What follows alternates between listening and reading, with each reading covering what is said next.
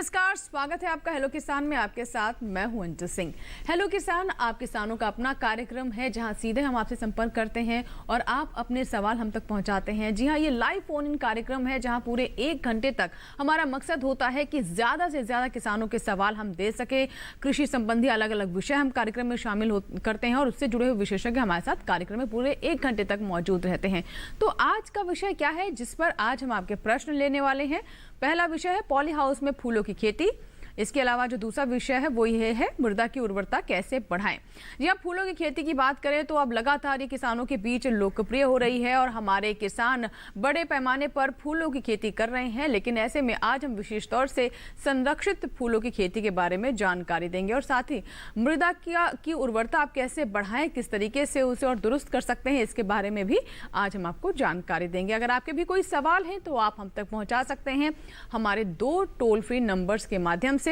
पहला नंबर आप नोट कर लें 1800-113060। दूसरा नंबर है 1800-113061। टोल फ्री है यानी इन पर आपका कोई शुल्क नहीं लगेगा। तो फिर सोचना क्या है, फोन उठाएं और हमारा नंबर लगाएं और आज के 2 विषय हैं उनके बारे में जो भी जानकारी आप जानना चाहते हैं हमारे विशेषज्ञ से आप ले सकते हैं। और अगर आपके कोई अनुभव है, कोई सुझाव है तो उसका भी हम इस मंच पर स्वागत करते हैं। तो चलिए कार्यक्रम की शुरुआत हम कर चुके हैं और आज के जो मेहमान हमारे साथ मौजूद हैं स्टूडियो में जो कि आपके सवालों के जवाब देंगे, उनसे हम आपकी मुलाकात करवा देते हैं। हमारे साथ डॉक्टर MC सिंह हैं जो कि प्रधान वैज्ञानिक है पुष्प विज्ञान संभाग IARI पूसा नई दिल्ली में। बहुत बहुत स्वागत है डॉक्टर सिंह आपका कार्यक्रम में। जी धन्यवाद। और आप हमें पुष्प के बारे में बताएंगे, कैसे फूलों की संरक्षित खेती कर सकते हैं, इसके बारे में विस्तार से जानकारी देंगे। हमारे दूसरे मेहमान हैं डॉक्टर MC मीणा जो कि वरिष्ठ वैज्ञानिक हैं मृदा संभाग IARI पूसा नई दिल्ली में। मीणा साहब आपका भी बहुत बहुत स्वागत है। डॉक्टर मीणा जानकारी देंगे कि मिट्टी की उर्वरता को कैसे बेहतर किया जा सकता है, उपजाऊ शक्ति को और बेहतर किस तरह से किया जा सकता है, कौन कौन से मुख्य बिंदु हैं जिसका ध्यान हमारे किसान रख सकते हैं। और अच्छी फसल प्राप्त करने के लिए आप सभी जानते हैं कि मिट्टी का उपजाऊ होना बहुत ज़रूरी होता है। तो चलिए शुरुआत यहीं से करते हैं। डॉक्टर मीणा क्या बताना चाहेंगे, मिट्टी की उपजाऊ शक्ति जो कि लगातार गिर रही है हमारे देश में, हम ये जानते हैं आज के समय में अगर हम भारतीय मिट्टी की बात करें, हालांकि हमारी भौगोलिक स्थिति बहुत अलग अलग है, उसके अनुसार भी अगर हम एक एवरेज निकालें तो किस तरह की स्थिति हमारे देश में पहले से अब में? हाँ, जैसा आपने बताया है कि हमारा जो समय के अनुसार हमारी जो भारतीय मृदाएं हैं उनकी जो उपजाऊ शक्ति है वो धीरे धीरे कम होती गई है।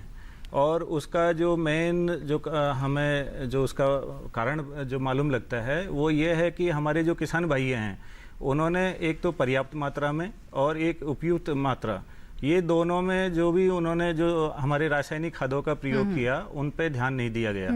दूसरा जो हमारा जैविक खाद हैं जैसे हमारे कंपोस्ट हैं या हमारा जो FIM है और जो हमारी हरी खाद हैं, इनका बिल्कुल ही उन्होंने नजरअंदाज कर दिया है, उनका उपयोग नहीं किया। तो जिसके कारण क्या है, हमारे जीवाश्म की मात्रा धीरे धीरे घटती गई है और उसी के कारण जो हमारे रासायनिक खादें उनकी दक्षता भी घटती जा रही है। हमारी जो हम कहते हैं टोटल जो उत्पादन है हमारा वो भी पर यूनिट एरिया के हिसाब से यदि हम बात करें तो वो जो हम पहले जो प्राप्त कर रहे थे वो अभी नहीं मिल रहा। और जैसे हम कहें कि इनिशियली भी जब हमारी हरित क्रांति आई थी तब हमारी मृदाएं ओनली नाइट्रोजन में कमी थी। अब धीरे धीरे आप यदि बात करें तो 5 से 6 पोषक तत्वों की कमी पाई गई है। जी। और इसी को ध्यान में रखते हुए जैसा आप जानते हैं एक हमारे भारत सरकार ने बहुत बड़ा जो प्रोग्राम लेके आए हम मृदा स्वास्थ्य कार्ड, वो इसी के कारण कि हम टोटल जो हमारे वैसे तो पोषक तत्व 17 पोषक तत्वों की आवश्यकता होती है पौधों को, लेकिन हमारे जो 12 पोषक तत्व हैं और जो पैरामीटर हैं जो हमारी मृदा के, उनको हम मतलब जांचें और परखें कि जी। इसीलिए मैंने आपसे जानना चाहा कि पहले की स्थिति में किस तरह का बदलाव है, आज के समय में हमारी मिट्टी की स्थिति क्या है और पूरे देश की अगर हम बात करें तो हमारे यहाँ की बहुत भिन्न भिन्न भौगोलिक स्थितियाँ हैं, लेकिन किसान तो हर जगह हैं। इसीलिए बहुत ज़रूरी होता है कि हमारे किसान अपनी मिट्टी का ध्यान ज़रूर रखें।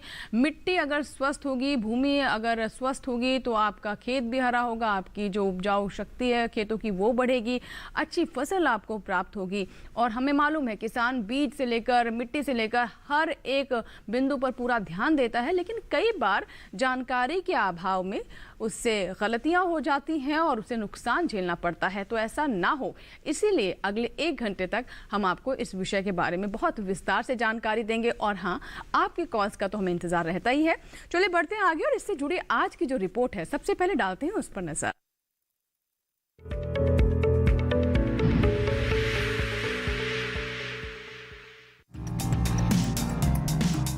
अच्छी पैदावार के लिए मिट्टी का उर्वर होना बहुत जरूरी है। मिट्टी ही खेतों की जान होती है, लेकिन अक्सर हम ज्यादा पैदावार के लिए रसायनों का अधिक उपयोग कर लेते हैं, जिससे हमारे खेत की मिट्टी पर बुरा प्रभाव पड़ता है। मिट्टी स्वस्थ होगी तो पैदावार में इजाफा होगा और किसानों की आय भी बढ़ेगी। मिट्टी की सेहत बनाए रखने और उसकी उर्वरता को बढ़ाने के लिए कुछ खास बातों का ध्यान रखें। मिट्टी के स्वास्थ्य के लिए पोषक तत्व जरूरी होते हैं। पोषक तत्वों जैसे लौह, जिंक, कॉपर की उचित मात्रा के उपयोग से फसल को फायदा होता है। ये पोषक तत्व की अत्यधिक मात्रा में उपस्थित अन्य तत्व के अवशोषण को प्रभावित करते हैं। इसके अलावा किसान अपने खेत में दलहनी फसलों को भी उगाएं। खेत में गहरी जड़ों वाली फसल के बाद उथली जड़ों वाली फसल की खेती करना अच्छा रहता है। किसान खेत में अधिक पानी वाली फसल करने के बाद कम पानी वाली फसलों को लगाएं। खेत में लंबी अवधि की फसल की पैदावार लेने के बाद कम समय वाली फसल की खेती करें, जैसे गेहूं के बाद दलहनी फसलों की खेती करें। मिट्टी में उर्वरता शक्ति को बनाए रखने के लिए लंबी और जल्दी से बढ़ने वाली फसलों के बाद बौनी फसलों को लगाएं, क्योंकि गन्ने के बाद चारा फसलों को उगाने से मिट्टी की उर्वरता घटती है।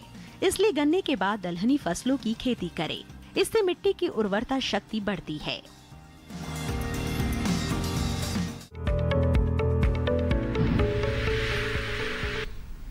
तो कुछ बातें तो हमने आपको इस रिपोर्ट के माध्यम से बता दी हैं कि किस तरीके से मिट्टी की उपजाऊ शक्ति को बढ़ा सकते हैं, लेकिन आपके जो व्यवहारिक अनुभव होते हैं उन्हें जानना बहुत ज़रूरी है। यानी प्रैक्टिकली आप किन समस्याओं का सामना करते हैं उन्हें हम यहाँ पर जानना चाहते हैं, ताकि उनका समाधान भी आपको दिया जा सके।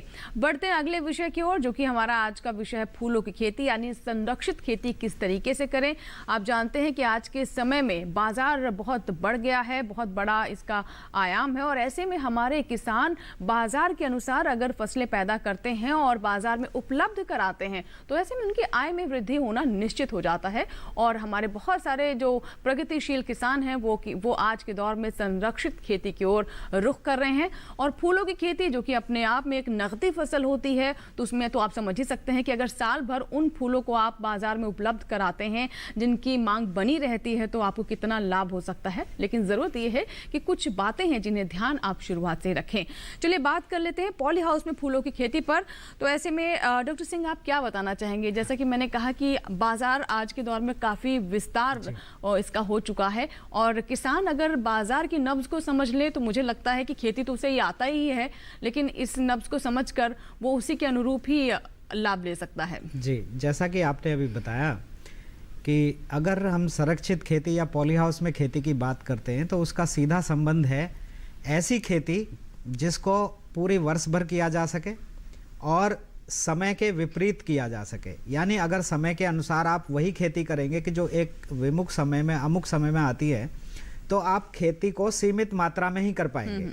तो अगर आप संरक्षित खेती करते हैं और वो भी फूलों की खेती कि जिसका सीधा संबंध है व्यवसाय से, और व्यवसाय जब आप किसी खेती का करते हैं तो वो आपकी आमदनी बढ़ाने के लिए होता है, इनकम बढ़ाने के लिए होता है। तो अगर हम देखें अपेक्षाकृत कम क्षेत्रफल में अगर हम फूलों की खेती करें तो हम सामान्य खेती के मुकाबले ज़्यादा धन कमाते हैं, ज़्यादा आय कमाते हैं। जी। तो अगर जैसे हमारी सरकार की भी स्कीम है कि किसानों की आय को 2 गुना किया जाए, 3 गुना किया जाए, तो ये संरक्षित खेती में बिल्कुल संभव है। इसलिए संभव है कि एक तो संरक्षित खेती में उगाई हुए फूलों का जो विपणन है उसकी बिक्री है वो पूरे वर्ष भर होती रहती है। तो लगातार किसान को एक आमदनी होती रहती है। अब जहां तक हम पॉली हाउस में खेती की बात करते हैं, वो एक विशेष तरह की खेती है कि जिनको हम बाहर के प्रक्षेत्र में उगा तो सकते हैं, लेकिन वो सीमित अवधि में ही उगा पाएंगे। लेकिन अगर उसको हम पॉली हाउस अथवा ग्रीन हाउस में उगाएंगे तो पूरे वर्ष भर उगा पाएंगे और उनकी विभिन्न किस्मों को उगा पाएंगे, तो जिससे कि हमें वही पुष्प उत्पाद विभिन्न रंगों में, विभिन्न किस्मों में और विभिन्न आकारों में मिलेगा, तो उसकी मांग बाजार में और ज़्यादा अधिक होगी और उससे हम ज़्यादा आमदनी कमा पाएंगे। तो इसके लिए किसानों को ये बहुत ही समझना आवश्यक है कि जहाँ पर नगरीय क्षेत्र या परिनगरीय क्षेत्र हैं, वहाँ के किसान, ताकि जिनका बाजार की दूरी कम होती है, वो फूलों की व्यावसायिक फसलों को उगाकर ज्यादा आमदनी उगा सकते हैं। बिल्कुल, तो व्यावसायिक फसल आप फूलों की ले सकते हैं, लेकिन कौन कौन सी अच्छी फसलें हैं, यानी कौन कौन सी किस्मों का, कौन से फूलों का आप चुनाव कर सकते हैं, इसके बारे में जानना भी बहुत ज़रूरी हो जाता है।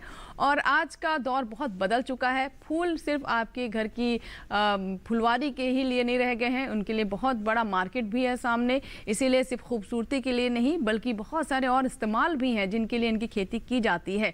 तो आइए जानते हैं कि फूलों की संरक्षित खेती किस तरीके से आज के समय की मांग भी है और किसानों की आय को दुगना करने के लिए एक कामयाब फॉर्मूला भी है। आइए देखते हैं इस रिपोर्ट में।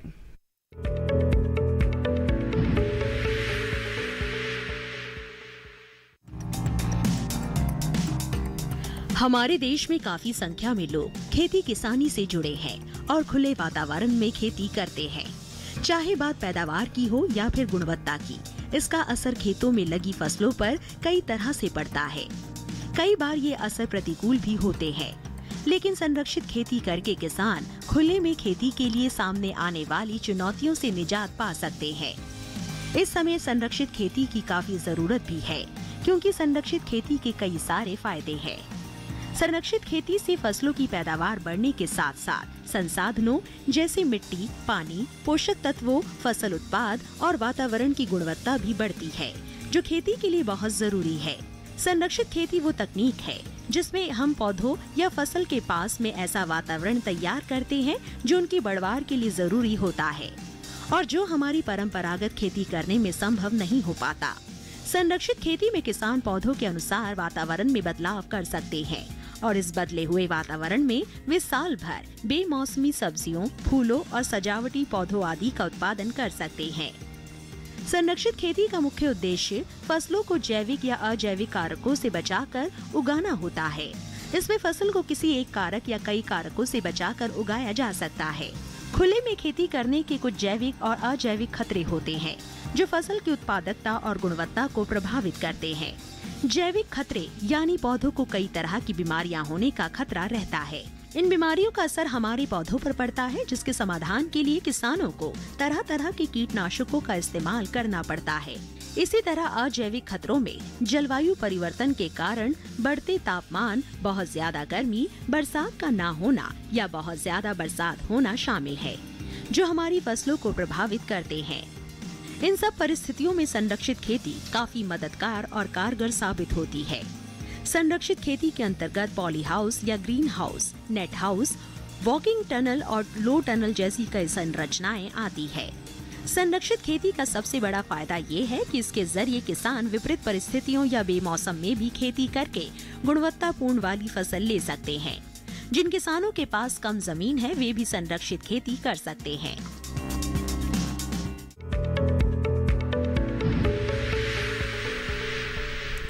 तो जैविक अजैविक कई तरह की वजह होती हैं जिसके चलते आपकी फसल को नुकसान हो सकता है, और कैसे आप अपनी फसल को सुरक्षित रख सकते हैं।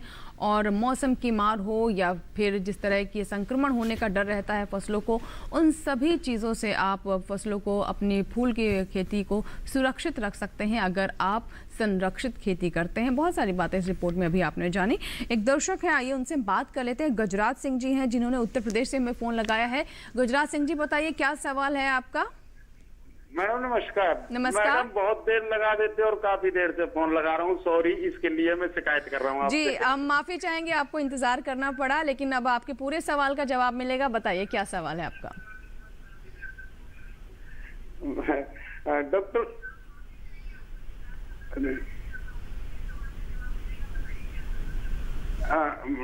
डॉक्टर मीणा से सवाल है। मैम, मेरे पास 11 बीघा जमीन है जी।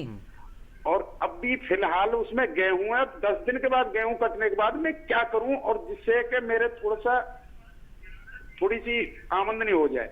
बहुत अच्छा सवाल है गजराज सिंह जी, आपने थोड़ा इंतज़ार ज़रूर किया, लेकिन आपका सवाल इतना अच्छा है कि जो अन्य किसान हैं जिन्होंने हमें कॉल नहीं किया है उन्हें भी इस जवाब में बहुत सारी जानकारियां प्राप्त हो जाएंगी। अच्छे सवाल आते हैं तो उसी के अनुसार जानकारियां भी किसानों तक पहुंच पाती हैं। तो आप क्या बताना चाहेंगे मीणा जी, क्योंकि बहुत सारे किसान हैं जो कि अभी गेहूँ की कटाई करेंगे और बहुत कम विंडो होता है ये समय का, तो उसमें आपका जो खेत है वो भी खाली ना रहे और अगली फसल के लिए भी आपकी जो मिट्टी है वो तैयार हो जाए, क्या करना चाहिए किसानों को? जैसा कि किसान भाई अभी जब पूछ रहे थे उन्होंने, और ये एक बहुत अच्छा समय है जिसके जो हमारी प्लानिंग में हमारी मदद कर सकता है कि जैसे ही अभी कटाई होने वाली है 10 दिन के बाद, तो उस 10 दिन का भी इंतज़ार किसान भाई नहीं करें, अभी अपने खेत से एक मिट्टी सैंपल कलेक्ट करें जो भी हमारे नॉर्म्स हैं उनको फॉलो करते हुए, और वो सैंपल अपनी नियरेस्ट जो भी हमारे जो जिला स्तर पे लेबोरेटरी हैं या हमारी कहीं पे भी जो उनके पास में है, अदरवाइज वहाँ नहीं उपलब्ध है तो हमारे पूसा संस्थान में वो ला सकते हैं, तो अपना सैंपल पहले जमा कराएं। उससे क्या है कि आपका जो अगली फसल जब हम खरीद में आएंगे तब तक उसकी रिपोर्ट और उसकी परामर्श सब कुछ उनको उपलब्ध हो जाएगी। लेकिन फसल को अभी जैसे ही कटाई हो उसके तुरंत बाद हमारा उनको सजेशन है कि वो कोई भी दलहनी फसल जैसे अभी मूंग है, मूंग ले सकते हैं। और ये क्या होता है कि जो भी हमने उर्वरक अभी इसमें उपयोग किए गेहूं में, वो उसी की जो हमारी जो रेसिडुअल इफेक्ट है जो उसमें बचा हुआ है उसी के आधार पे वो इस मूंग की खेती ले सकते हैं, और जिससे उनकी आमदनी तो बढ़ेगी, साथ ही साथ हमारी जो मृदा की उर्वरा शक्ति है उसमें बहुत इम्प्रूवमेंट होगा। और दूसरा, जैसे गर्मियों में हमारा तापमान बहुत अधिक हो जाता है जिसके कारण हमारे जो जीवाश्म पदार्थ हैं या जो हमारे कुछ उर्वरक हैं जो अधिक तापमान पे उनका लॉस हो जाता है, वो एनवायरनमेंट में पॉल्यूशन भी क्रिएट करते हैं। तो एक तो हम वो भी बचाएंगे, मृदा की उर्वरक शक्ति बढ़ाएंगे, साथ ही साथ किसान भाई की आमदनी में काफी इजाफा होगा, क्योंकि हमारी और मूंग जो है उसका जैसे, और ये बहुत कम समय में तैयार भी हो जाती है इसकी फसल। हाँ, मतलब आपका 50 से 60 दिन में ये एकदम तैयार होके हो जाएगा। और किसान भाई इसका और एक उपयोग कर सकते हैं, जैसे उसकी पॉड, उसका पिकिंग करने के बाद जो हमारा बायोमास बचा, यदि उसको भी खेत में ही हम डाल देते हैं उसको हरी खाद के रूप में, तो आपकी उपजाऊ शक्ति बहुत ही अधिक मात्रा में हम उसको बढ़ा सकते हैं। जी जी बिल्कुल। तो इस समय का आप उचित इस्तेमाल कर सकते हैं गजराज सिंह जी और अन्य जो किसान हैं जो कि गेहूं की कटाई के बाद इस सोच में पड़ जाते हैं कि इतने दिन खेत को खाली क्यों छोड़ा जाए, क्या किया जाए, कैसे इस समय का उपयोग किया जाए, तो उनके लिए भी अच्छे विकल्प हैं जिनके बारे में भी डॉक्टर मीणा ने बताया है। फिलहाल हमारे लिए यहाँ पर वक्त हो गया एक छोटे से ब्रेक का, लेकिन ब्रेक के बाद भी आपकी सवालों का सिलसिला लगातार जारी रहेगा। हमारे विशेषज्ञ आपके लिए यहाँ पर मौजूद हैं, अपने सवाल हम तक ज़रूर पहुँचाएं इस छोटे से ब्रेक के बाद।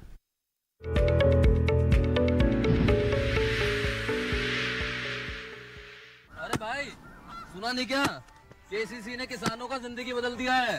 देश के छोटे किसान 1,60,000 रुपये तक का कर्ज बिना किसी गारंटी को ले पाएंगे।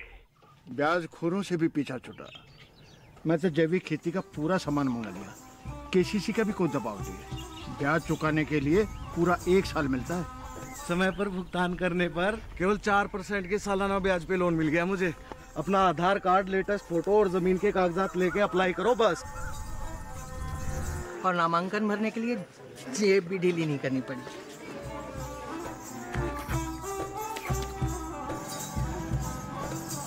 चाचा, उधार चुकाने के 24 घंटे के बाद उतने ही पैसे वापस निकाल सकते हैं। केसीसी ने किसानों की जिंदगी वाकई बदल दी है। तो आप भी किसान क्रेडिट कार्ड अपनाएं और सहजता से ऋण पाएं।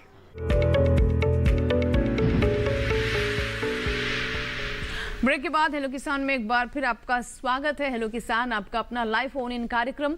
अगर आप अभी हमारे साथ जुड़ रहे हैं तो आज का विषय आपके लिए फिर से दोहरा देते हैं। जी हां, आज हम बात कर रहे हैं फूलों की संरक्षित खेती और साथ ही जानकारी दे रहे हैं कि मिट्टी की उपजाऊ शक्ति को आप कैसे बेहतर कर सकते हैं, कैसे इसे बढ़ा सकते हैं। एक कॉलर है मुकेश कुशवाहा है जिन्होंने भिंड मध्य प्रदेश से हमें कॉल किया है। आइए बात करते हैं मुकेश जी से। मुकेश जी, स्वागत है आपका हेलो किसान में। बताइए क्या सवाल है। नहीं, मैं फूलों की खेती बारे में पूछ रहा था। फूलों की खेती करना चाहता हूँ, उसके लिए पॉली हाउस में हम कैसे अपने अप्लाई करूँ, कैसे पॉली हाउस? मुझे लगता है आप अनुदान के बारे में जानना चाहते हैं कि किस तरह की सहायता है। पॉली हाउस तो मिलता है ना, पॉली हाउस उसके कैसे मतलब प्रोसेस होता है, कैसे मतलब तो लेना पड़ता है, क्या प्रोसेस है मैम? जी बिल्कुल, अच्छा सवाल है आपका उमेश जी। मुकेश जी बताना चाहेंगे आप किस तरीके से पॉली हाउस ये लगा सकते हैं और क्या इसके लिए सरकार की तरफ से किसी तरह का अनुदान भी है? हाँ मुकेश जी, जैसा आपने पूछा है कि आप पॉली हाउस में फूलों की खेती करना चाहते हैं, तो वैसे आपका जो विचार है फूलों की खेती करने का वो बहुत ही अच्छा है। भिंड और मुरैना की जो जलवायु है वो काफ़ी अच्छी है और वहाँ पानी की गुणवत्ता भी अच्छी है।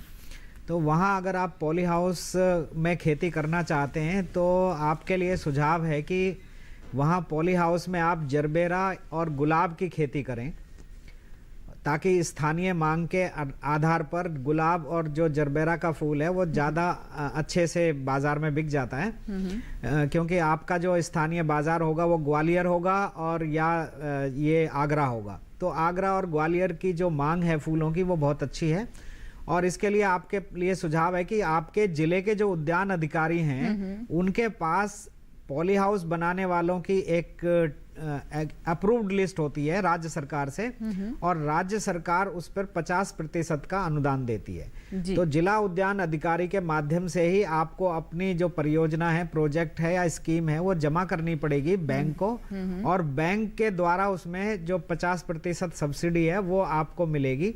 और जो सरकार ने एक अप्रूव की हुई लिस्ट है उसी में से कोई ग्रीन हाउस या पॉली हाउस बनाने की कंपनी आपका पॉली हाउस बनाएगी जी। और यही नहीं कि बनाने के 1 साल तक आपको मेंटेनेंस और फसल उगाकर भी दिखाएगी। तो यह राज्य सरकारों ने जो प्रावधान किया है ये मिशन हॉर्टिकल्चर के अंतर्गत किया है जी। तो इस स्कीम का जो पैसा है वो राज्य सरकारों के पास जिला उद्यान अधिकारी के माध्यम से किसानों को मिलता है। तो इसमें जितना ऋण आपकी खेती के क्षेत्रफल के आधार पर आपको मिलता है उसमें आप आधा एकड़, 1 एकड़ या 2 एकड़ का ग्रीन हाउस या पॉली हाउस सुगमता से बना सकते हैं। और जब आप पॉली हाउस बना लें तो उसमें ड्रिप सिंचाई वगैरह सब लगती है। तो आप देखेंगे कि अगर आपके क्षेत्र में पानी या मिट्टी की गुणवत्ता बहुत अच्छी भी नहीं होगी तब भी आप सुगमता से उसमें खेती कर सकेंगे जी। बिल्कुल, तो मुकेश जी ये कुछ बातें थी किस तरीके से आप अनुदान का लाभ ले सकते हैं। 50% तक आपको इसमें अनुदान मिल सकता है। पॉली हाउस कैसे बनाए इसके बारे में भी अभी हमें जानकारी दी डॉक्टर मीणा ने। बहरहाल एक और दर्शक हैं, नरेंद्र हैं मध्य प्रदेश से। आइए हम बात कर लेते हैं नरेंद्र जी से। नरेंद्र जी स्वागत है आपका हेलो किसान में। बताइए सवाल क्या है? मैडम हमारी जमीन है वो काली है, काली मिट्टी है। जी आगे बताएं क्या समस्या है? काली मिट्टी है, उसमें गेहूं का एवरेज निकला इस बार 5 से 6 बीघा प्रति क्विंटल। तो उसमें कौन सी फसल ठीक रहेगी और इसके उपजाऊ शक्ति बढ़ाने के लिए हमें क्या करना पड़ेगा? जी डॉक्टर मीणा क्या बताना चाहेंगे? जैसा आप बता रहे हैं कि आपकी काली मिट्टियां हैं और आप गेहूं उगा रहे हैं, तो ये तो बहुत अच्छी बात है। गेहूं भी उस फसल में अच्छा होता है और जो मध्य प्रदेश का गेहूं है वो सभी लोगों के बीच में जाना जाता है अपनी गुणवत्ता के लिए कि जाना जाता है गुणवत्ता के लिए। लेकिन जो सबसे बड़ी बात है कि आप देखो सबसे पहले उसकी मिट्टी की जाँच कराएं, क्योंकि क्या है ना, हमारी जो काली मिट्टियाँ हैं उनमें भी कई तरह के पोषक तत्वों की कमी पाई गई है। और वो पोषक तत्वों की यदि आपकी मिट्टियों में कमी है और आप गेहूं उगा रहे हैं तो गेहूं की गुणवत्ता भी उसके कारण काफ़ी प्रभावित होती है। तो सबसे पहला हमारा आपको यही सजेशन है कि देखो पहले हमें जांच करें कि उसमें क्या होता है। कभी कभी कोई उर्वरक की मात्रा या कोई पोषक तत्व की मात्रा पहले से ही ज़्यादा है, जैसे किसान भाई हमारा नाइट्रोजन और फास्फोरस बहुत अधिक मात्रा में डालते हैं और फिर भी हम उनको यदि सजेस्ट करें कि भाई आप ये नाइट्रोजन फास्फोरस डालिए, लेकिन पहले उसकी जो उसमें मात्रा है उसकी पहले परख करें, उसकी जांच करें कितनी है, उसके आधार पर उसकी रिकमेंडेशन है। अच्छा, ओनली जो हमारे मुख्य पोषक तत्व हैं, इसके साथ साथ हमारे जो सूक्ष्म पोषक तत्व हैं, जैसे आपका जस्ता है, जिंक जो हम बोलते हैं, आयरन है, आपका जो बोरोन है, ये अभी जो हमारी काली मिट्टियाँ हैं इनमें इनकी कमियाँ देखी गई हैं, तो इनकी भी हम पहले जांच करें, परखें, जिससे क्या होता है आपका कई बार किसान भाई का ये भी शिकायत होता है कि साहब पहले हमारी फसल इसमें ज़्यादा पैदावार हो रही, जैसे वो बता रहे हैं, और अभी जैसे धीरे धीरे यदि समय के साथ वो घट रही है, तो ये उसका सीधा एक इंडिकेशन है कि मिट्टियों में कुछ पोषक तत्वों की कमी है, या जैसे उसमें विकार। कई बार क्या होता है ना, जैसे पानी की गुणवत्ता के कारण हम जैसे पानी की गुणवत्ता यदि अच्छी नहीं है और वो पानी का मतलब जल जो सिंचाई है जल है और उसका हम उपयोग करते हैं, अब जैसे गेहूं की फसल है उसमें अधिक मात्रा में सिंचाई होती है, तो उसके कारण कभी कभी उसमें लवणता या क्षारीयता भी आ जाती है जी। और ये विशेषकर जो काली मिट्टियां हैं इसमें जल्दी ये प्रभाव देखा जाता है। मीणा जी, जैसा कि आप बता रहे हैं कि कई बार जो पोषक तत्व हैं उनका ख्याल नहीं रखा जाता है और जिसकी वजह से उपजाऊ शक्ति मिट्टी की कम होने लगती है धीरे धीरे, लेकिन किसान इस बात को नहीं समझ पाते और उन्हें लगता है कि हम इनमें और रसायनों का इस्तेमाल करें और उसकी मात्रा बढ़ा दें तो अच्छे इसके रिजल्ट होंगे, परिणाम होंगे, जिसका मिट्टी की सेहत पर बहुत विपरीत असर पड़ता है। क्या बताना चाहेंगे इस बारे में? हाँ, तो इसीलिए देखो जो हमारे जो भारत सरकार की जो पहल है उसमें ये साफ साफ यही हमारा मैसेज है और किसानों को यही हम बताते हैं।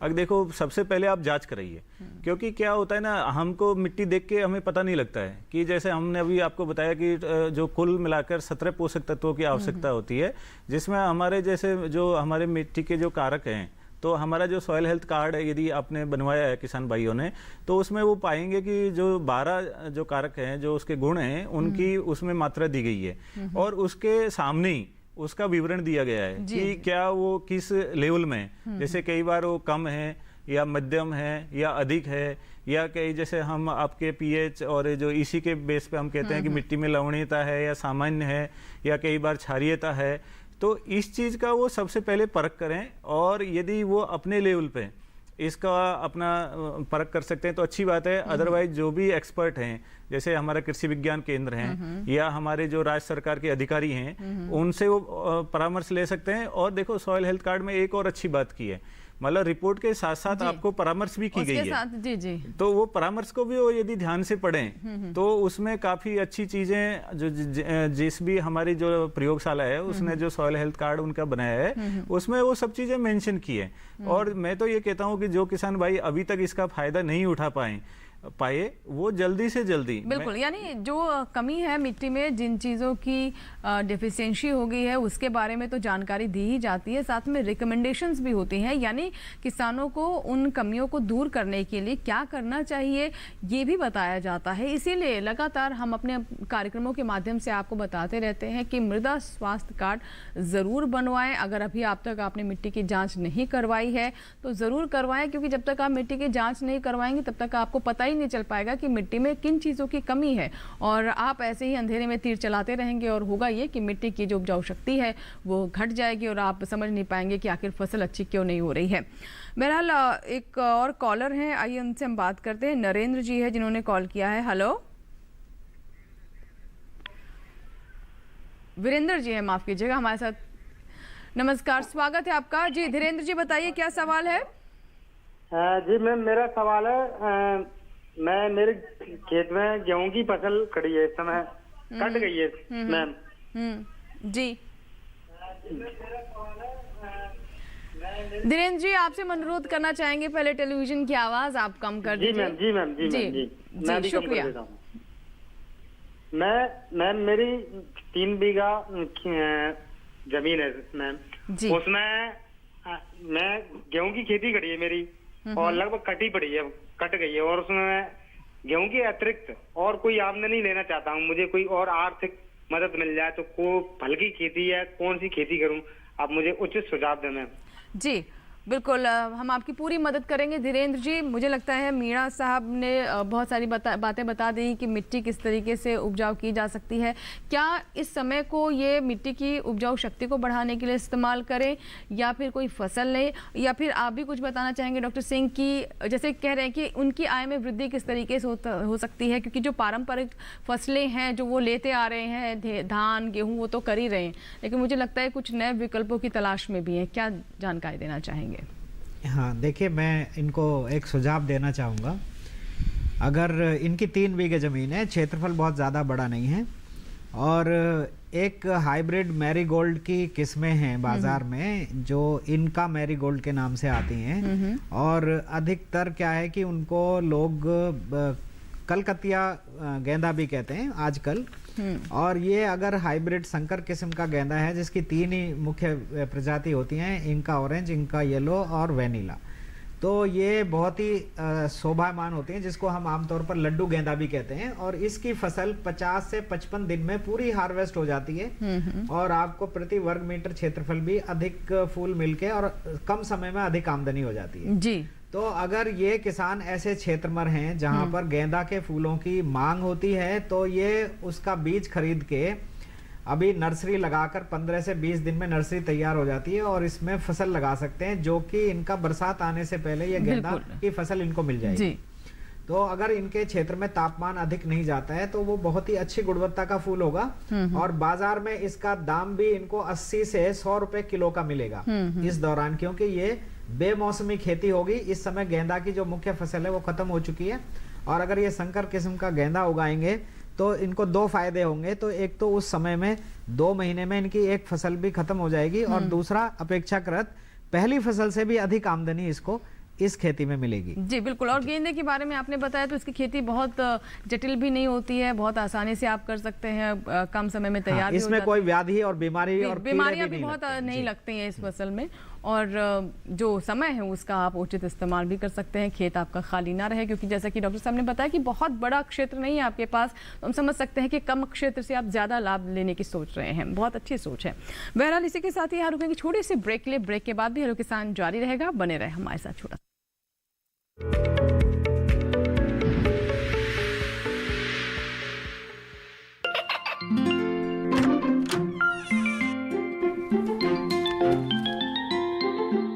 ये क्या हो रहा है? काशवी, इतने कम मार्क्स? काशू बेटा पढ़ा करो, पढ़ोगी नहीं तो आगे कैसे बढ़ोगी? मम्मा मैं भी तो आपसे यही कहना चाहती हूँ, पढ़ा करो। आप पढ़ोगे नहीं तो आगे कैसे बढ़ोगे? मतलब? वो देखो, सिर्फ बैक पर छपा ऑर्गेनिक नहीं, ऑर्गेनिक का निशान पहचानिए। पीजीएस ऑर्गेनिक का ये लोगो उन किसानों की पहचान है जो आज भी परंपरागत विधि से रसायन मुक्त खेती कर आपके लिए शुद्ध फसल उपजा रहे हैं। अब समझे मम्मा, अगर मैं प्योर ऑर्गेनिक फूड नहीं खाऊंगी तो अच्छे मार्क्स कहाँ से लाऊंगी? अच्छा बच्चों, जैविक खेती की इस मुहिम को आगे बढ़ाइए, शुद्ध ऑर्गेनिक अपनाइए।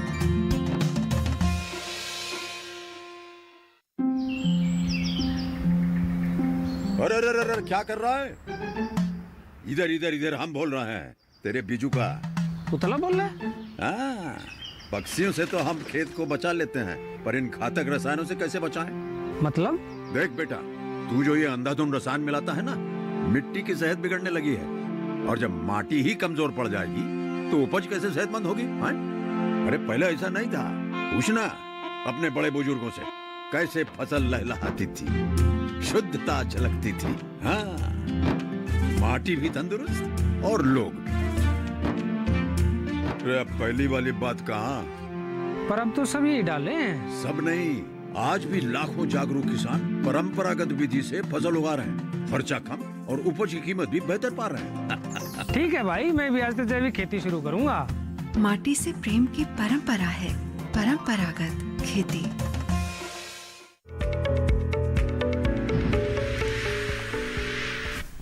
ब्रेक के बाद हेलो किसान में एक बार फिर आपका स्वागत है। आज हम बात कर रहे हैं फूलों की संरक्षित खेती के बारे में और साथ ही जानकारी दे रहे हैं कि मिट्टी की उपजाऊ शक्ति को कैसे बेहतर किया जा सके। हमारे लगातार कॉलर्स हम तक सवाल पहुंचा रहे हैं अपनी जानकारी के लिए, यहाँ पर वो लगातार कॉल कर रहे हैं और हम आपसे भी उम्मीद करते हैं कि अगर आप अभी भी हमारे साथ जुड़े हैं तो हमारे टेलीफोन नंबर्स नोट कर लें और ज़रूर अपने सवाल हम तक पहुँचाएँ। एक कॉलर इस बीच हमसे जुड़ रहे हैं, आइए बात कर लेते हैं। हेलो हेलो हेलो जी, नमस्कार। नमस्कार जी। जी बताइए क्या सवाल है आपका? अभी एक टीवी पर अपना किसान पर जो कार्यक्रम चलो मिट्टी के जांच के वास्ते, तो हमारे इधर अभी हम कुर्सी खाते में जाते हैं, मिट्टी की जांच करना है करके बोलते हैं, पर वो जांच के वास्ते जो कार्ड बनता है वो कार्ड अभी तक हमारा बना नहीं है। हम 2-4 बार गए साल ही गया, मैं इस साल में भी गया, तो उनका कहना आता है कि तुम मिट्टी लाके दो। नहीं, मिट्टी तो आपको सैंपल तो देना पड़ेगा ना दिलीप जी, तभी जांच होगी। हाँ मैडम जी, पर वो कैसे निकालना है, क्या निकालना है? अच्छा, हमारे को तो जी बिल्कुल बिल्कुल ना। बिल्कुल हम आपको यहाँ पर समझाएंगे, लेकिन सबसे पहले आपको यही करना है कि मिट्टी का सैंपल आप तैयार करें, तभी तो कार्ड बनेगा। आप बिना मिट्टी के जाएंगे तो आपको कार्ड कैसे दे दिया जाएगा? ना कार्ड तो हम मिट्टी ले जाने के बाद में, पर कैसा निकालना है वो हमको मालूम है ना। हाँ, हम डॉक्टर मीणा से ही जवाब ले लेते हैं। जी डॉक्टर मीणा, क्या बताना चाहेंगे? तो दिलीप जी का जो मैं समझ पाया, शायद वो ये जानना चाह रहे हैं कि हम जो मिट्टी का सैंपल है, इनको मुझे लगता है ये भी इन्हें लग रहा है कि शायद किसी तरह का पहले कार्ड बनता है, फिर उसके बाद जांच कराई जाती है। तो थोड़ा इसके बारे में भी तस्वीर साहब। तो दिलीप जी, कार्ड पहले नहीं बनता जी, कार्ड पहले नहीं बनता, मिट्टी की जांच होने के बाद में कार्ड बनता, ये है मालूमात हमारे को। अच्छा, चलिए बहुत अच्छी बात है। तो मिट्टी का सैंपल आप कैसे लें, इसके बारे में हम आपको बता देते हैं। हाँ, इसके बारे में बताएं। जी शुक्रिया सवाल के लिए। जी बताइए दिलीप जी, आपका जो सवाल है बहुत ही वाजिब है, और ये हम मतलब सभी किसान भाइयों को बताना चाहते हैं। देखो, जो भी हमारा जो स्वास्थ्य कार्ड, मिट्टी मृदा का स्वास्थ्य कार्ड बनना है, वो आपका सैंपल पे आधारित है। यदि आपका जो मृदा का सैंपल, यदि वो हमारा पूरा जो कहते हैं कि हमारा जो क्षेत्र है, हमारा जो खेत है, उसको यदि नहीं रिप्रेजेंट करता है, तो मतलब आपका वो जो बाकी का जो एक्सरसाइज है, चाहे जो आप प्रयोगशाला करें या एक्सपर्ट करें, उनका कोई मतलब नहीं रह जाता है। तो सबसे पहले आप, ये बहुत अच्छी बात है कि आप ये जांचें कि सैंपल कैसे लेना है। जी तो दिलीप जी, जैसे आपने बताया, आपका जो खेत है आप उसको देखिए, उसमें सबसे पहले आप 3 आधार पे अपने खेत का एक सर्वे कीजिए कि उसका कलर जो है मिट्टी का, वो क्या एक जैसा है। दूसरा, उसकी जो संरचना है, जैसे कणाकार है या कहीं रेतीली है या कहीं चिकनी दोमट या कैसी है। और तीसरा, उसका ढलान।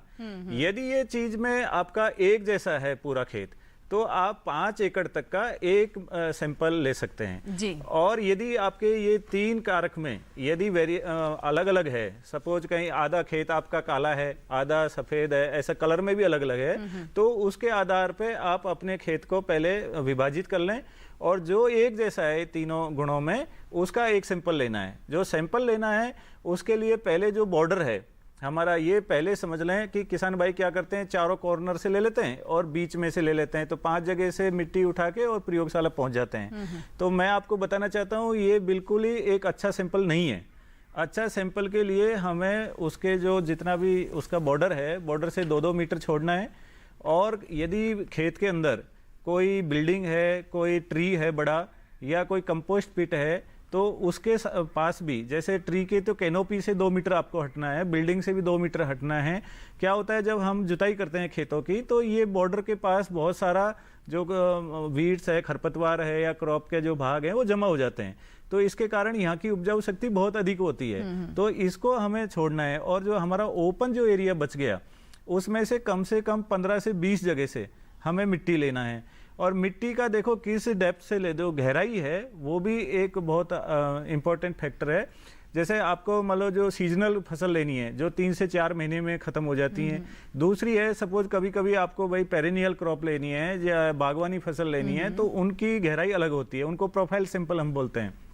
लेकिन जो आपकी सीजनल फसल है, मौसमी फसल है, उनके लिए 0 से 15 सेंटीमीटर गहरा, मतलब इसका मतलब ये, कई बार किसान भाई क्या करते हैं, 15 सेंटीमीटर गड्ढा खोद के वहां से मिट्टी उठा लेते हैं। ऐसा नहीं करना, ऊपर से कोई मिट्टी नहीं हटानी, लेकिन जो भी आपका कोई क्रॉप का भाग है या खरपतवार है, उसको आप हटा के मिट्टी ऊपर से सरफेस से लेके 15 सेंटीमीटर तक की एक लेयर उतारनी है। अब इसके लिए देखो, कई बार आपके पास अगर है, ट्यूब अगर है, उसकी मदद से आप सिंपल ले सकते हैं। कई बार आपके पास कुछ नहीं है, तो आपके पास जो खुरपी है, खुरपी की मदद से पहले हम वी शेप का एक स्ट्रक्चर बनाए मिट्टी में, और फिर एक साइड से आप 2 सेंटीमीटर की, 2 सेंटीमीटर की यूनिफॉर्म लेयर उतारें। तो इस तरह से आप 15 से 20 जगह से मिट्टी कलेक्ट करेंगे और इकट्ठा करके, तो वो लगभग आपकी सपोज आधा किलो के लगभग मिट्टी होती है। तो उसको आप अच्छे से मिक्स करके, उसमें कोई कंकर पत्थर है उसको निकाल सकते हो और उसको प्रयोगशाला भेज सकते हैं। कभी कभी क्या होता है, किसान भाई जैसे बहुत ज़्यादा मिट्टी ले लेता है और आधी किलो से ज़्यादा है, तो उसको हम वहीं पे कम कर सकते हैं, क्योंकि प्रयोगशाला को 300 से 500 ग्राम मिट्टी चाहिए। कभी कभी किसान भाई 1-2 किलो का इकट्ठा करके उसको ले जाना चाहे तो अननेसेसरी उतना परेशान नहीं होना है। अच्छा, वो जो सैंपल कलेक्ट किया उसके साथ अपना नाम, किस तारीख में आपने किया है, अब तक का क्या क्या फसल उन्होंने उगाया पिछले 2-3 साल में, और आगे वो क्या करना चाहते हैं, ये इंफॉर्मेशन वो प्रयोगशाला को जरूर बताएं। जी बिल्कुल। तो ये सैंपल कलेक्ट करने का तरीका है, और जैसा कि हमें मीणा जी बता रहे हैं कि किसान 4 कोनों से मिट्टी लेकर लैब चले जाते हैं और उस तरह से आपको सही रिपोर्ट नहीं मिल पाएगी, इसलिए सैंपल सही होना बहुत ज़रूरी हो जाता है। और इसके लिए कौन सी विशेष बातें हैं, इसके बारे में मीणा जी ने भी जानकारी दी है। एक और कॉलर है, आइए हम बात कर लेते हैं उनसे। हेलो हेलो, नमस्कार, क्या आप तक मेरी आवाज पहुंच पा रही है?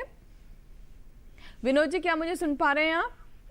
हाँ जी, सुन पा रहे हैं ना जी। विनोद जी बताइए। हाँ, स्वागत है आपका हेलो किसान में। सवाल क्या है? हमारा सवाल ये है कि हम कभी फसल कटी है हमारे, तो क्या बोल सकते हैं? अभी मध्य प्रदेश से बोल रहे हैं हम। जी देखिए साहब, कुछ पूछना चाहते हैं आप? सवाल समझ पाए इनका? क्या बोलना चाहिए, मतलब क्या बोलना चाहिए? आप किस फसल के बारे में बात कर रहे हैं? किसी विशेष फसल के? तो मध्य प्रदेश में क्या हो सकता है? अभी टेम्परेचर ज्यादा रहता है। आप फूलों की खेती करना चाहते हैं? नहीं, फूलों की नहीं, जैसे मूंग लगा सकते, मूंगफली।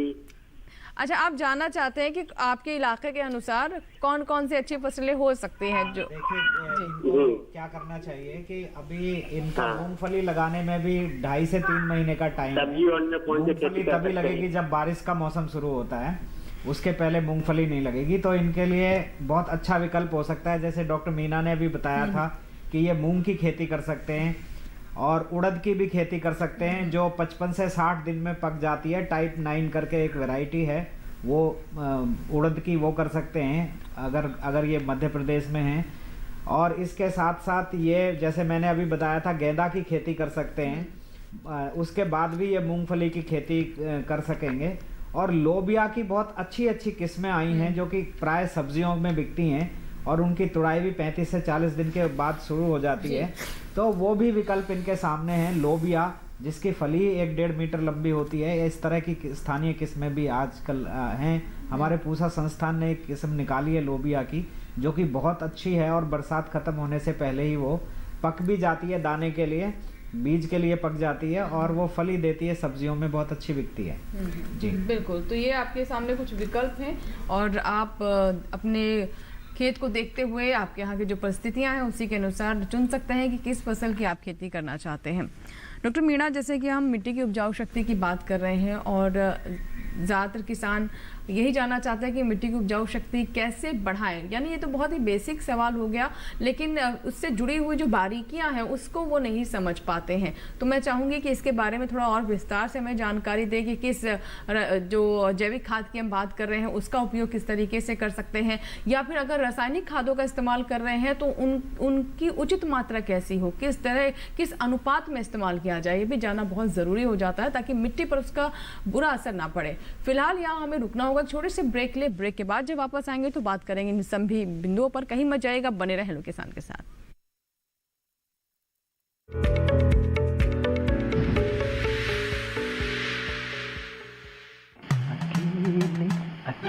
अरे वाह भैया, अकेले अकेले।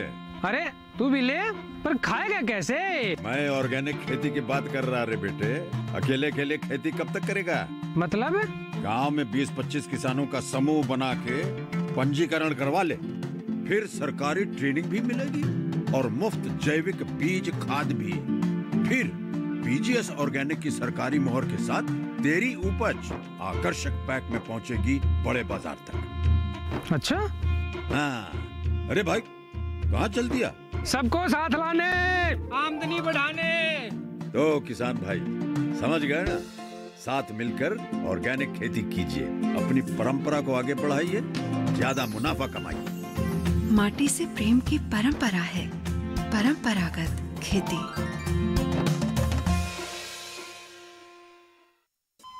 अरे सुन तो। मुझे क्या सुनाना चाहते हो? जो सुनाओ मेरी सौतन को। किसको? अरे वही तुम्हारा मोबाइल फोन, जिससे सुबह शाम दिन रात चिपके रहते थे और कहते थे किसान कॉल सेंटर से बातें हो रही हैं। अच्छा ये बात है। हाँ क्यों, क्या हुआ? अब बात नहीं होती क्या? अब तो झट से बात हो जाती है। ऐसा क्या? हाँ, अब तो ज्यादा लाइनें और खास तकनीक के कारण खेती के माहिरों से तुरंत बात हो जाती है। और अगर कभी लाइन व्यस्त हो तो अपनी समस्या फोन पर रिकॉर्ड करा दो, वहाँ से फोन आ जाता है और समस्या की हल का मैसेज भी आ जाता है। ये देखो आ गया। अरे वाह, इसका मतलब इंतजार की घड़ी अब खत्म। हाँ। तभी मैं सोचूं कि आजकल मुझ पर इतना प्यार क्यों आ रहा है। कृषि संबंधी समस्याओं का अपनी भाषा में तुरंत हल पाने के लिए पूरे भारत में किसी भी फोन से हेल्पलाइन नंबर पर संपर्क करें। किसानों का दोस्त किसान कॉल सेंटर।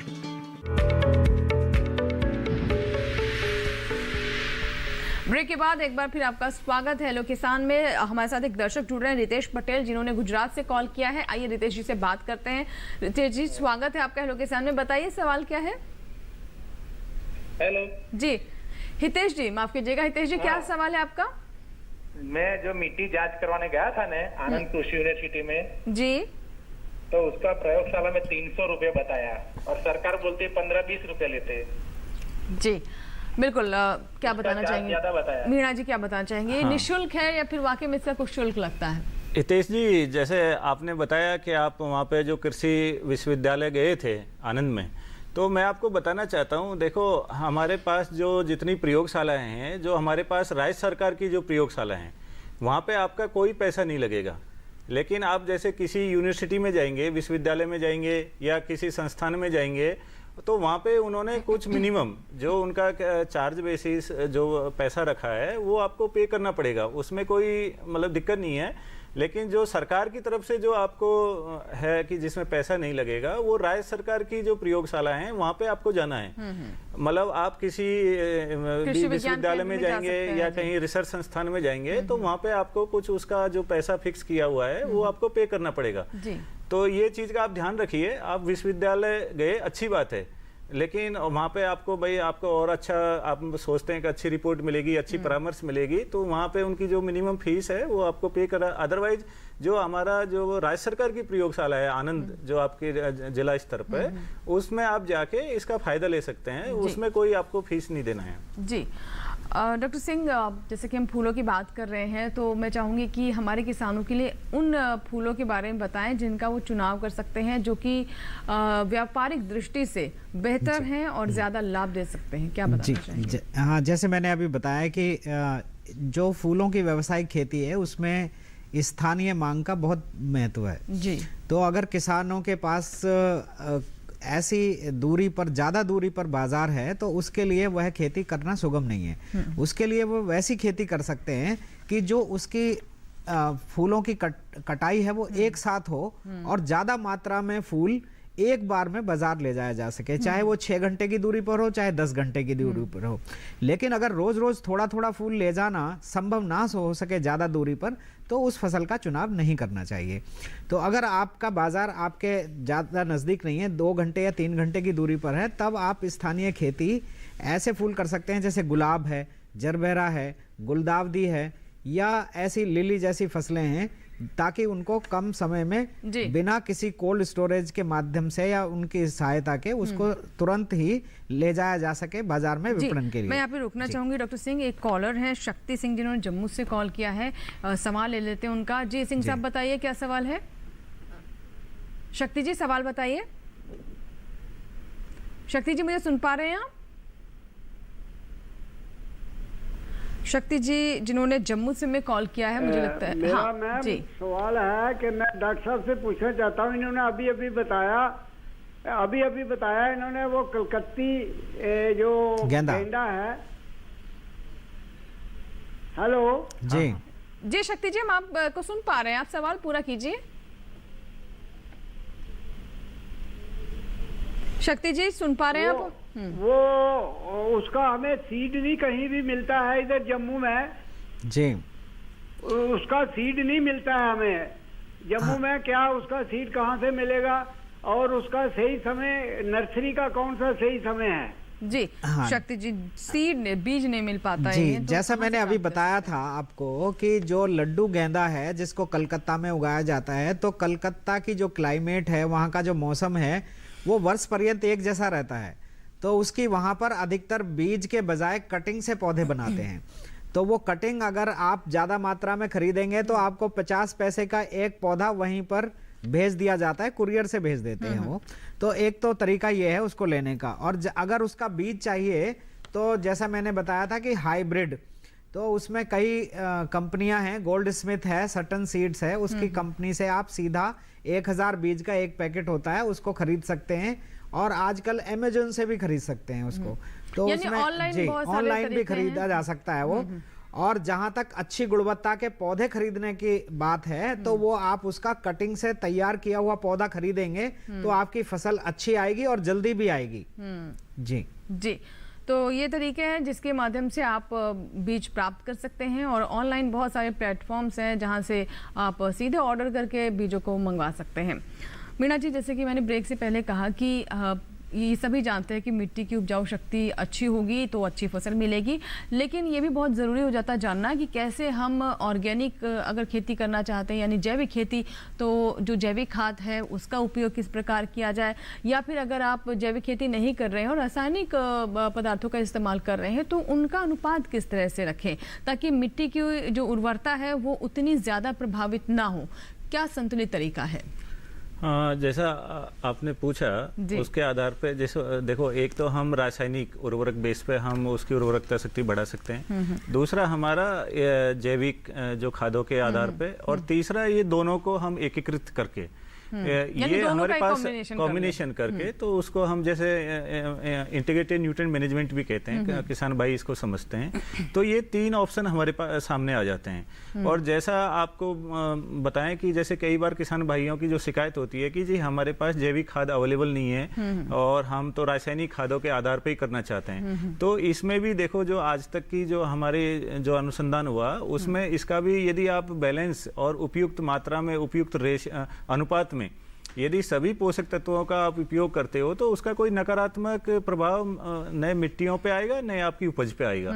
लेकिन कब आता है जब आप कोई भी 1 या 2 पोषक तत्वों की मात्रा बहुत अधिक मात्रा में यूज करते हैं और दूसरों को आप नजरअंदाज कर देते हैं, तो आपका उसका नकारात्मक आता है। तो मेरा अब किसान भाइयों को सबसे बड़ा सुझाव यही है कि जो उन्होंने, देखो, जांच तो जरूरी है, क्योंकि बिगर जांच के, जैसे हम लोग भी अपना स्वास्थ्य की जांच कराते हैं तभी हमें पता लगता है, तो ऐसे ही हमारी मृदाओं का है, हमें देखने से कोई पता नहीं लगता है कि इसमें क्या अधिक है क्या कम है, लेकिन वो एक बार जांच लिया तो उसके आधार पे आप सभी पोषक तत्वों की जो अधिक है उसको घटा देना है और जो कम है उसको बढ़ा देना है। तो बैलेंस करके जो जैसे पोषक तत्व, जो सूक्ष्म पोषक तत्व हैं उनकी कम मात्रा में आवश्यकता होती है, और जो हमारे मुख्य पोषक तत्व हैं जैसे नाइट्रोजन है, फास्फोरस है, पोटास है, इनकी अधिक मात्रा में आवश्यकता है। तीसरा हमारा जो सबसे बढ़िया जो आज तक निकल के आया, जो स्वास्थ्य भी हमारा बना रहेगा, हमारा जो जैविक जो हमारी लाइफ है मिट्टी की, जैसे हम कहते हैं कि ये लाइफ है, जैविक जीव है, उसके लिए हमें जो भी हमारा जैविक खाद है उसकी मात्रा जरूर है, क्योंकि वो हमारे जो बहुत ही महत्वपूर्ण जो जीवांश हैं, वो जो सूक्ष्म पोषक तत्व हैं, जो माइक्रोब्स हैं, उनका एक्चुअली वो खाना है, और उनको खाना नहीं मिलेगा तो उनकी लाइफ मतलब कंप्लीट नहीं होगी। इसके लिए वो हम सबसे कहते हैं कि आप इंटीग्रेटेड न्यूट्रिएंट मैनेजमेंट ऑप्शन सबसे बढ़िया है। बहुत, जैसे कि मैंने कहा कि बैलेंस तरीके से चलना बेहतर रहता है, और एकदम से अगर आप जैविक खेती पर नहीं अभी आ पाए हैं, जैसा कि हम कह रहे हैं कि जैविक खेती ही आपकी मिट्टी के लिए सबसे अच्छा विकल्प है, धीरे धीरे इस तरीके से आप आगे बढ़े और इन बातों का ध्यान रखें। सिंह साहब, बहुत कम समय है क्योंकि कार्यक्रम के बिल्कुल अंतिम पड़ाव में है, तो मैं चाहूंगी कि कुछ बातें आप बता रहे थे जो अभी पूरी नहीं हो पाई थी कॉलर की वजह से, क्या बताना चाहेंगे? हाँ, पॉली हाउस की जो खेती है वो एक काफ़ी इन्वेस्टमेंट करके खेती होती है। तो कई बार किसानों को ऐसे होता है कि पॉली हाउस की खेती करने के बाद भी उनको लाभ नहीं होता है और वो सोचते हैं कि ये खेती करना अच्छा नहीं है। तो इसलिए सबसे जो ज़रूरी है वो यही है कि आप जिस फसल का चुनाव करें पॉली हाउस में उगाने के लिए, उसकी स्थानीय मांग को जरूर ध्यान में रखें। दूसरा, उसके जो मैनेजमेंट को जरूर ध्यान में रखें। अगर कोई फसल ऐसी है कि कम क्षेत्रफल में आप उगा रहे हैं लेकिन उसको मैनेज करने के लिए आपको ज्यादा लोगों की आवश्यकता है, तो आपका उत्पादन में खर्च अधिक आएगा और आमदनी अपेक्षाकृत कम होगी। तो आप पॉली हाउस में फसल के साथ साथ उनकी ऐसी किस्मों का भी चुनाव करें जो आपको अधिक फसल देती हैं और कम श्रम से, यानी लोगों के कम लगाने से आपको ज़्यादा आमदनी होगी, ज़्यादा पैदावार होगी। तो अगर आप लागत में खर्च की जो लागत है उसको बचा पाएंगे तो आप आमदनी भी अपनी बढ़ा पाएंगे। जी बिल्कुल, और ये तो सीधा सीधा कहते हैं कि रिलेशन है कि अगर आप लागत को घटा लेंगे तो जो लाभ है वो अपने आप ही बढ़ जाएगा। तो फूलों की खेती में इस बात का ध्यान रखना बहुत ज़रूरी रहता है। बहुत बहुत शुक्रिया, आप दोनों मेहमान स्टूडियो में आए और मिट्टी की उपजाऊ शक्ति को कैसे बढ़ाया जाए इसके बारे में मीणा जी ने बहुत विस्तार से हमें जानकारी दी। हमारे दर्शकों की कॉल्स का भी आपने जवाब दिया, बहुत बहुत धन्यवाद। जी आपका भी बहुत बहुत धन्यवाद। डॉक्टर सिंह आपका भी बहुत बहुत शुक्रिया, आपने संरक्षित खेती के बारे में बताया, फूलों की कैसे संरक्षित खेती हमारे किसान कर सकते हैं। तो इसी के साथ ही आज के हेलो किसान में फिलहाल इतना ही, लेकिन हमारे कल के प्रोग्राम का क्या विषय है आइए डालते हैं उस पर नजर। हमारा कल का विषय है बदलते मौसम में दुधारू पशुओं का रखरखाव, और अगला विषय होगा मुर्गी पालन की पूरी जानकारी। तो कल हेलो किसान में इससे जुड़े विशेषज्ञ स्टूडियो में मौजूद रहेंगे। लेकिन अगर आपके कोई सुझाव हैं, आप अपने सवाल हम तक पहुंचाना चाहते हैं तो आप हमारा ईमेल एड्रेस नोट कर लें, hellokisan2015@gmail.com। अगर आप चाहें तो आप फेसबुक के माध्यम से भी हमें संपर्क कर सकते हैं। बहुत ही आसान तरीका है, फेसबुक पर जाएं, सर्च बॉक्स में हेलो किसान टाइप करें, हमारा आईडी खुल जाएगा जिसे आप फॉलो कर सकते हैं। मैसेंजर के माध्यम से या फिर वॉल पर भी अपने सवाल साझा कर सकते हैं।